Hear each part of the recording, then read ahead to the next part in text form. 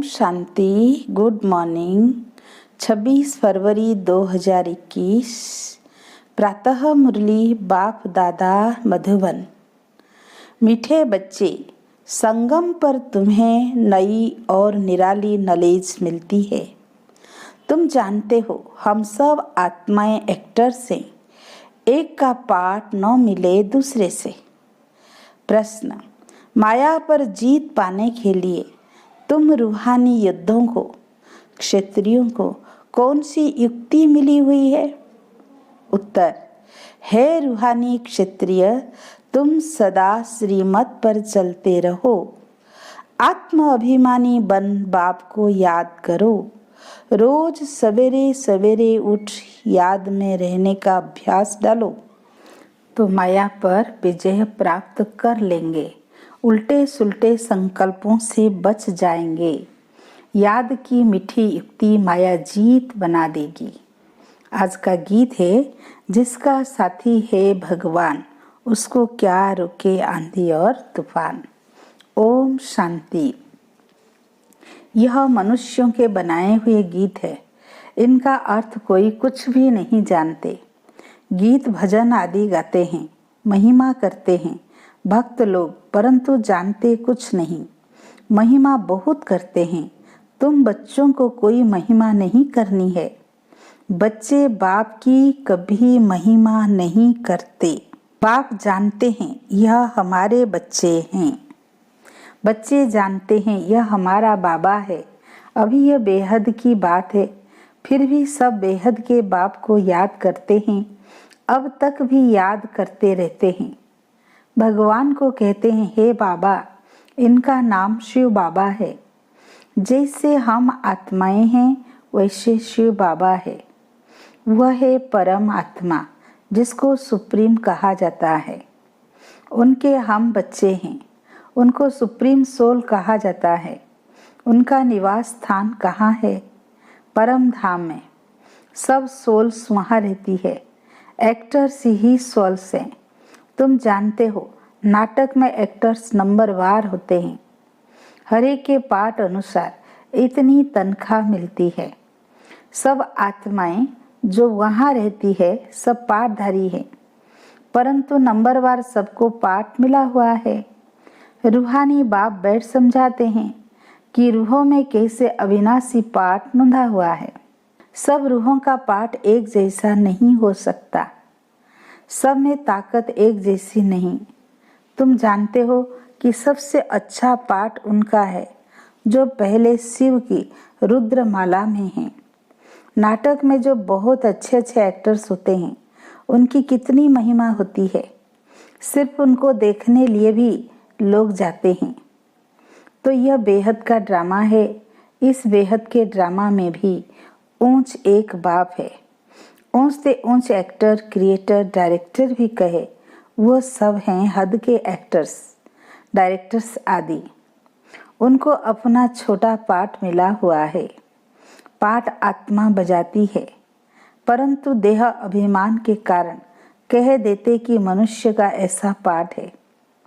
बाप कहते पार्ट सारा आत्मा का है। आत्म अभिमानी बनना पड़ता है। बाप ने समझाया है कि सतयुग में आत्म अभिमानी होते हैं, बाप को नहीं जानते। यहाँ कलयुग में तो आत्म अभिमानी भी नहीं और बाप को भी नहीं जानते। अभी तुम आत्म अभिमानी बनते हो, बाप को भी जानते हो। तुम ब्राह्मणों को निराली नॉलेज मिलती है। तुम आत्मा को जान गए हो कि हम सब आत्माएं एक्टर्स हैं। सबको पाठ मिला हुआ है जो एक न मिले दूसरे से। वह पाठ सारा आत्मा में है। यूं तो जो नाटक बनाते हैं वो भी पाठ आत्मा ही धारण करती है। अच्छा पाठ भी आत्मा ही लेती है। आत्मा ही कहती है मैं गवर्नर हूँ, मैं फलाना हूँ, परंतु आत्म अभिमानी नहीं बनते। सतयुग में समझेंगे कि मैं आत्मा हूँ, एक शरीर छोड़ दूसरा लेना है। परमात्मा को वहाँ कोई नहीं जानते। इस समय तुम सब कुछ जानते हो। शूद्रों और देवताओं से तुम ब्राह्मण उत्तम हो। इतने ढेर ब्राह्मण कहाँ से आएंगे जो बनेंगे? लाखों आते हैं प्रदर्शनी में। जिसने अच्छी तरह समझा, ज्ञान सुना, वह प्रजा बन गए। एक एक राजा की प्रजा बहुत होती है। तुम प्रजा बहुत बना रहे हो।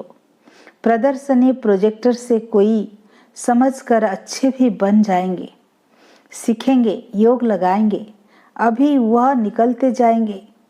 प्रजा भी निकलेगी, फिर साहूकार, राजा, रानी, गरीब आदि सब निकलेंगे। प्रिंस प्रिंसेस बहुत होते हैं। सतयुग से त्रेता तक प्रिंस प्रिंसेस बनते हैं। सिर्फ 8 व 108 तो नहीं होंगे, लेकिन अभी सब बन रहे हैं। तुम सर्विस करते रहते हो, यह भी नथिंग न्यू। तुमने कोई फंक्शन किया, यह भी नई बात नहीं, अनेक बार किया है। फिर संगम पर यही धंधा करेंगे और क्या करेंगे? बाप आएंगे पतितों को पावन बनाने। इसको कहा जाता है वर्ल्ड की हिस्ट्री ज्योग्राफी। नंबर वार तो हर बात में होता ही है। तुम्हारे में जो अच्छा भाषण करते हैं तो सब कहेंगे कि इसने बहुत अच्छा भाषण किया। दूसरे का सुनेंगे तो भी कहेंगे कि पहले वाले अच्छा समझाते थे। तीसरे फिर उनसे तीखे होंगे तो कहेंगे यह उनसे भी तीखे हैं।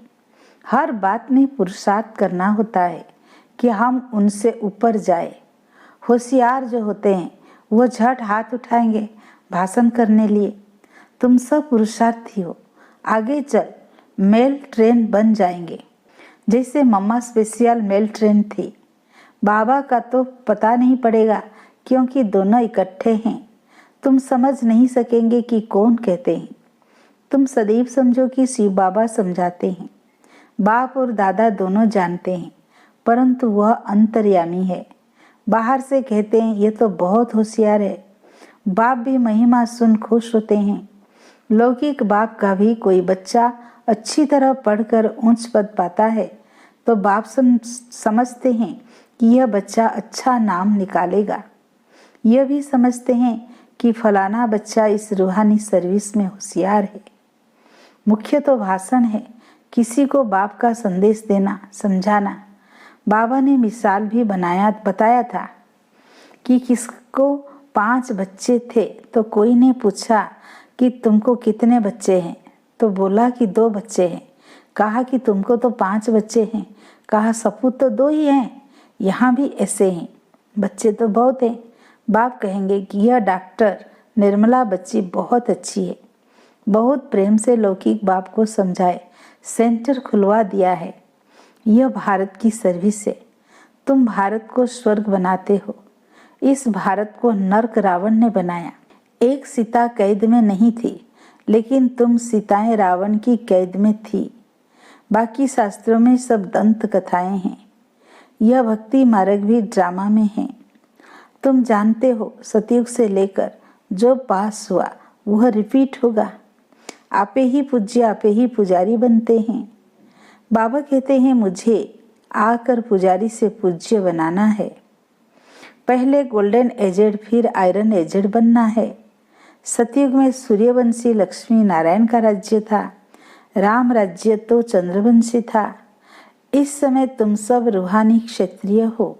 लड़ाई के मैदान में आने वाले को क्षत्रिय कहा जाता है। तुम हो रूहानी क्षत्रिय, बाकी वह है जिस्मानी क्षत्रिय। उनको कहा जाता है बाहुबल से लड़ना झगड़ना। शुरू में मल्ल युद्ध होती थी, बाहों आदि से आपस में लड़ते थे, फिर विजय को पाते थे। अभी तो देखो बम आदि बने हुए हैं। तुम भी क्षत्रिय हो, वो भी क्षत्रिय हैं। तुम माया पर जीत पाते हो, श्रीमत पर चल। तुम हो रूहानी क्षत्रिय। रूहें ही सब कुछ कर रही है इन शरीर की कर्म इंद्रियों द्वारा। रूह को बाप आकर सिखलाते हैं, बच्चे मुझे याद करने से फिर माया खाएगी नहीं। तुम्हारे विकर्म विनाश होंगे और तुमको उल्टा सुल्टा संकल्प नहीं आएगा। बाप को याद करने से खुशी भी रहेगी।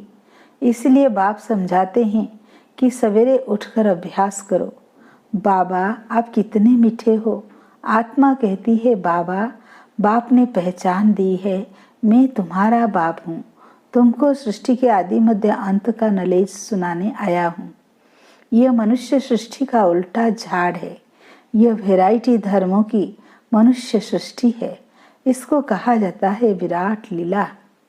बाबा ने समझाया है कि इस मनुष्य झाड़ का मैं बीज रूप हूँ।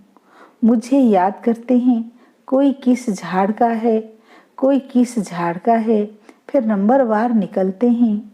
यह ड्रामा बना हुआ है। कहावत है कि फलाने ने धर्म स्थापक पैगंबर को भेजा, परंतु वहां से भेजते नहीं है। यह ड्रामा अनुसार रिपीट होता है। यह एक ही है जो धर्म और राजधानी स्थापन कर रहे हैं। यह दुनिया में कोई भी नहीं जानते। अभी यह संगम विनाश की ज्वाला प्रज्वलित होनी है। यह है शिव बाबा का ज्ञान यज्ञ। उन्होंने रुद्र नाम रख दिया है। प्रजापिता ब्रह्मा द्वारा तुम ब्राह्मण पैदा हुए हो। तुम ऊंच ठहरे ना। पीछे और बिरादरियां निकलती है।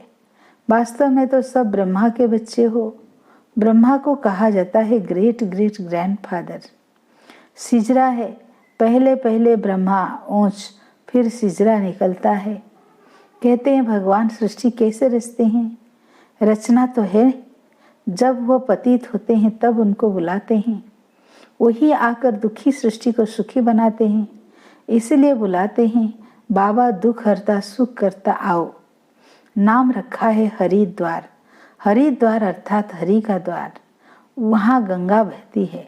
समझते हैं हम गंगा में स्नान करने से हरि के द्वार चले जाएंगे, परंतु हरि का द्वार है कहाँ? वो फिर कृष्ण को कह देते हैं। हरि का द्वार तो शिव बाबा है, दुख हरता सुख करता।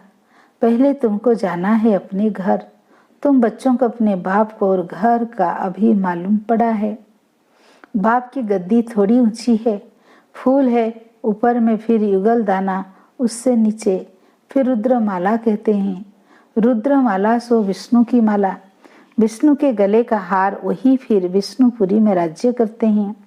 ब्राह्मणों की माला नहीं है, क्योंकि घड़ी घड़ी टूट पड़ते हैं।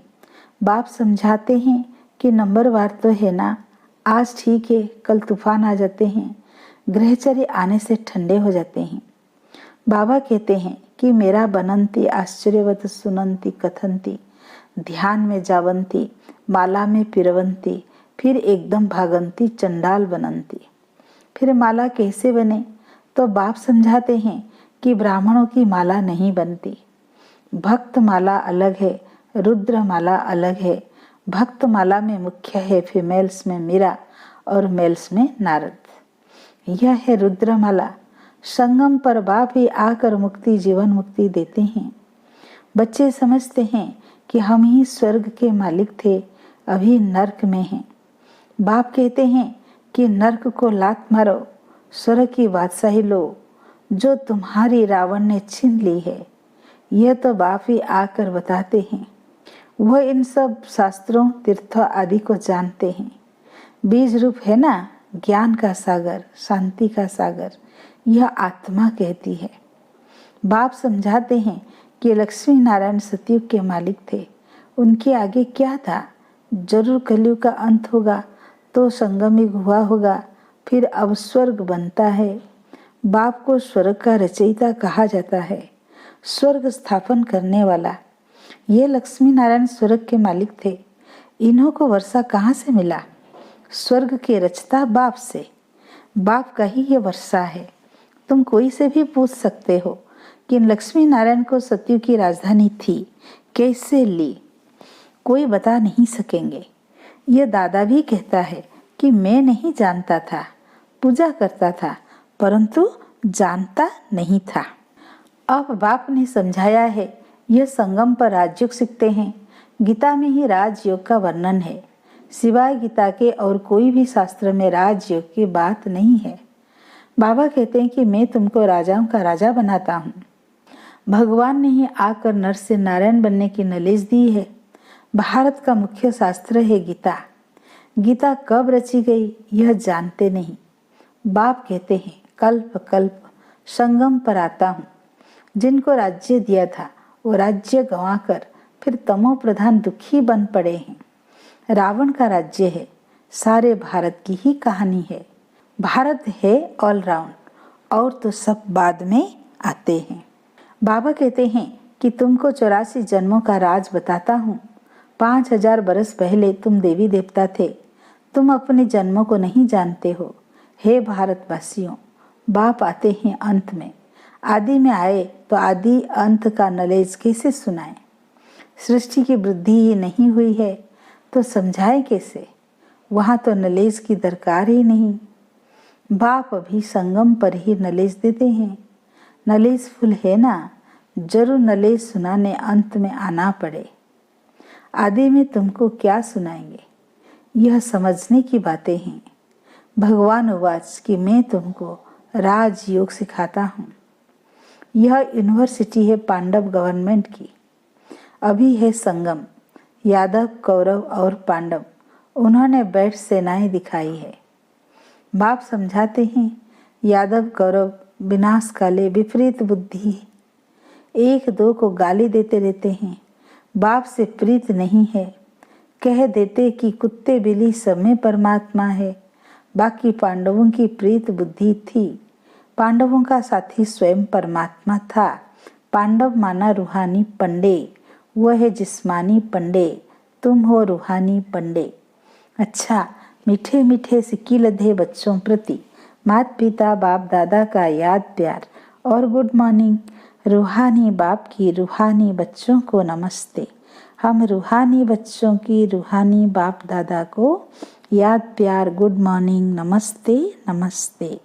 धारणा के लिए मुख्य सार। पहला पॉइंट, आत्मा अभिमानी बन। इस बेहद नाटक में हीरो पार्ट बजाना है। हर एक एक्टर का पार्ट अपना अपना है, इसलिए किसी के पार्ट से रीस नहीं करनी है। सेकेंड पॉइंट, सवेरे सवेरे उठकर अपने आप से बातें करनी है, अभ्यास करना है। मैं इन शरीर की कर्म इंद्रियों से अलग हूँ। बाबा आप कितने मीठे हो। आप हमें सृष्टि के आदि मध्य अंत का ज्ञान देते हो। आज का वरदान, सदा देह अभिमान व देह की बदबू से दूर रहने वाले इंद्रप्रस्थ निवासी भव। कहते हैं इंद्रप्रस्थ में सिवाय परियों के और कोई भी मनुष्य निवास नहीं कर सकते।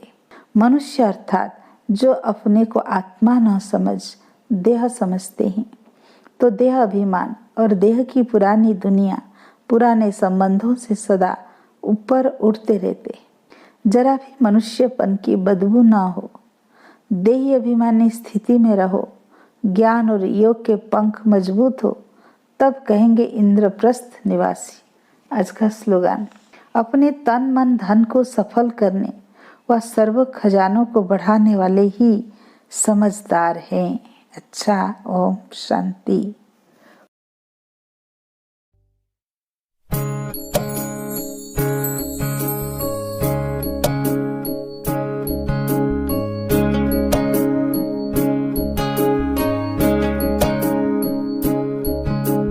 ये मत कहो खुदा से मेरी मुश्किलें बड़ी हैं।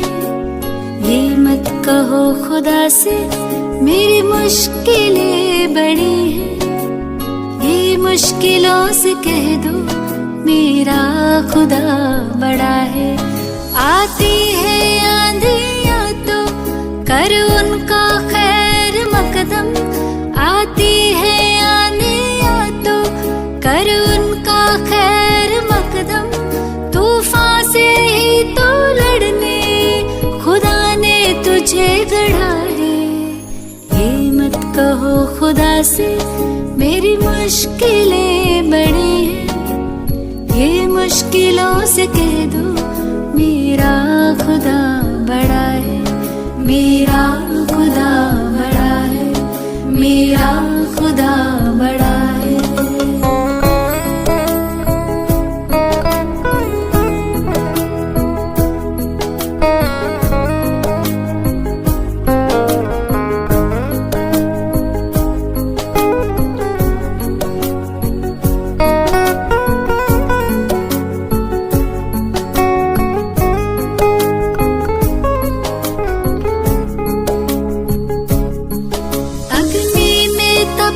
सोना है और भी निखरता। अग्नि में तप के सोना है और भी निखरता। दुर्गम चढ़ा